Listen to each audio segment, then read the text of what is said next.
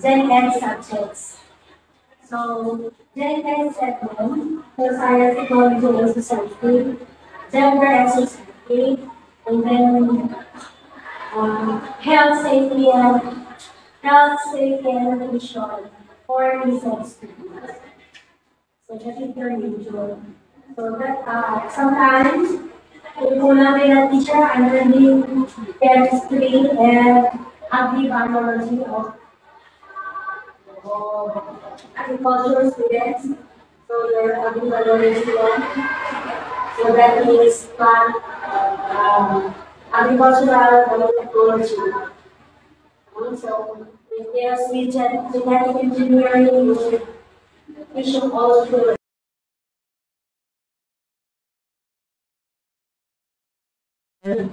So ito sa atin ito practice last time. We should also. So how about the office administration?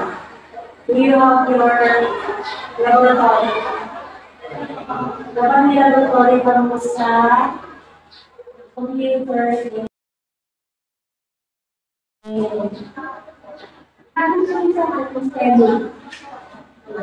So that's steno subject.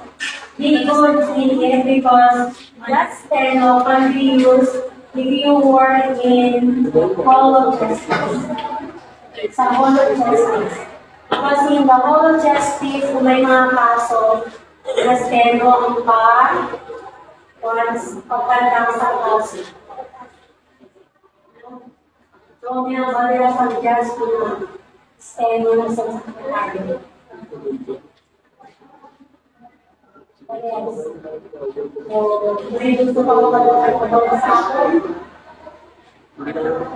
Sometimes allow me to sit down because I am diabetic.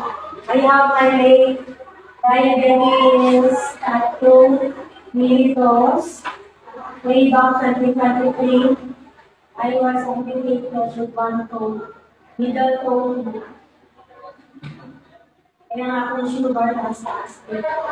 So, magano, siguro madura, kumatayan tayo kay ni Dr. Pasqua and her family history sa akin po diabetic.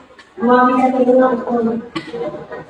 Si Aki po ay diabetic or diabetic patients are going through cancer because cancer not sugar. So avoid sweet fast, and especially if you have family history of diabetes.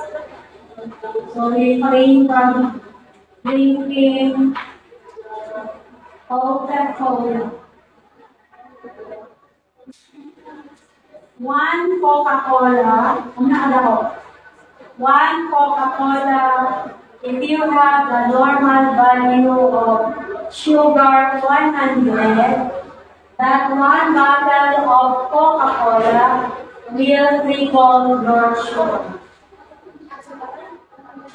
And that sugar, if you travel down, it will take you 1 week to lower your sugar, including cutting your rice and take no sugar, no bread, no sodas, no coffee, just water.